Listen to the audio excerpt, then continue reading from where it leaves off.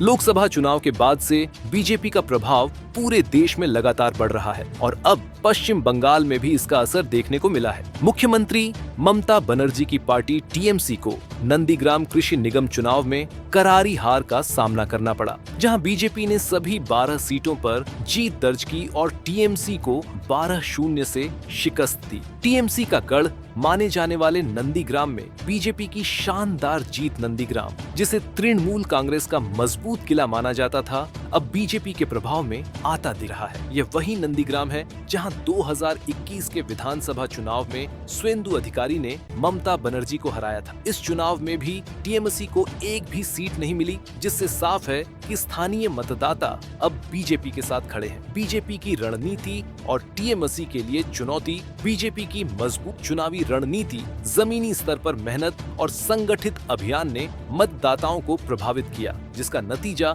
इस प्रचंड जीत के रूप में सामने आया। नंदीग्राम में यह परिणाम दर्शाता है कि पश्चिम बंगाल की राजनीति में बड़ा बदलाव आ रहा है, जहां कभी अजय माने जाने वाली टीएमसी अब अपनी खोई हुई जमीन वापस पाने की चुनौती का सामना कर रही। राज्यव्यापी राजनीतिक बदलाव के संकेत नंदीग्राम में 12-0 के इस नतीजे ने यह स्पष्ट कर दिया है, बीजेपी का प्रभाव पश्चिम बंगाल में तेजी से बढ़ रहा है। यह हार टीएमसी के लिए एक बड़ा झटका साबित हो सकती है, क्योंकि यह क्षेत्र सालों तक ममता बनर्जी की पार्टी के मजबूत गढ़ों में गिना जाता था। अब देखना दिलचस्प होगा कि टीएमसी इस हार के बाद अपनी रणनीति क्या बदलाव लाती और बीजेपी इस लहर को आगे कैसे